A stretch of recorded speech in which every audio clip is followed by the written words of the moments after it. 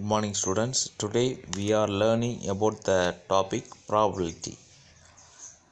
The probability of an event is denoted by the probability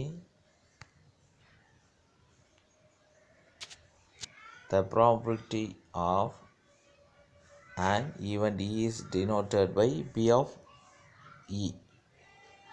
P of E is equal to number of favorable outcomes. Favorable means possible outcomes divided by total number of outcomes.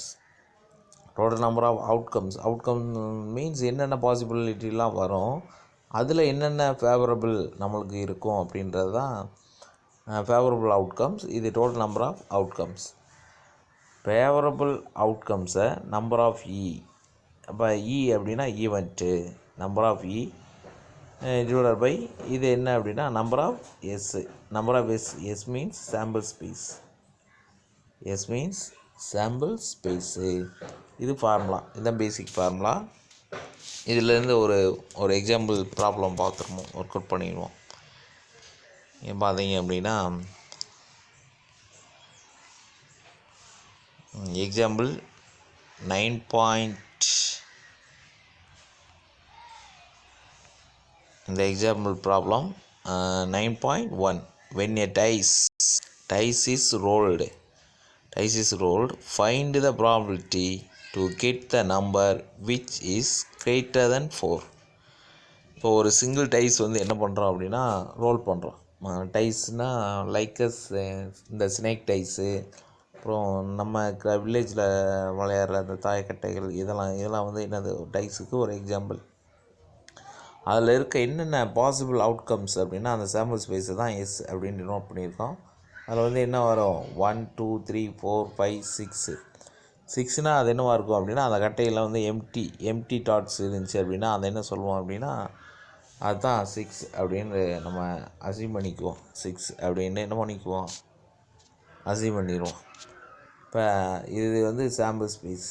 Okay, அடுத்து next அவங்க என்ன question கேட்டிருக்காங்க அப்படின்னா, இந்த கொஸ்டினில் பார்த்தீங்க அப்படின்னா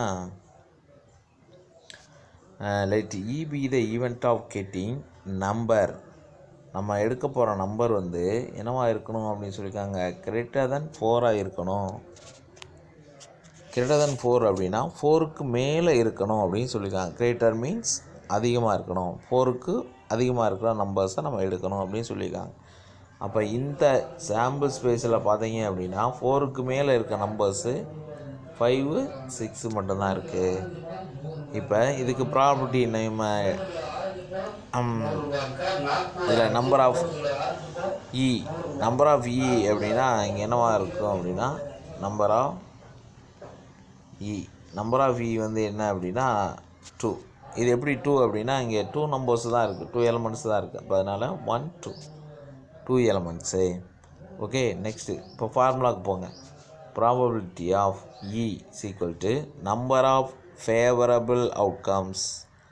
நம்மளுடைய ஃபேவரபிள் அவுட்கம்ஸ் என்ன, அது divided by total number of outcomes. இது என் ஆஃப் எஸ்ஸு, இது என்ன என் ஆஃப் எஸ்ஸு, இது என் ஆஃப் இ. அதான் இங்கே ரைட் பண்ணிக்கோம். அப்போ இங்கே பார்த்தீங்க அப்படின்னா probability of E is equal to N of E divided by N of S equal to N of இயோட வேல்யூ 2 டிவைடட் பை 6. 1 2 is 2. இதை கேன்சல் பண்ணிட்டு நம்ம என்ன பண்ணிக்கலாம், 1 2 is 2, 3 2s are 6 அப்படின்னு வச்சுக்கலாம். சரிங்களா? Okay, thank you.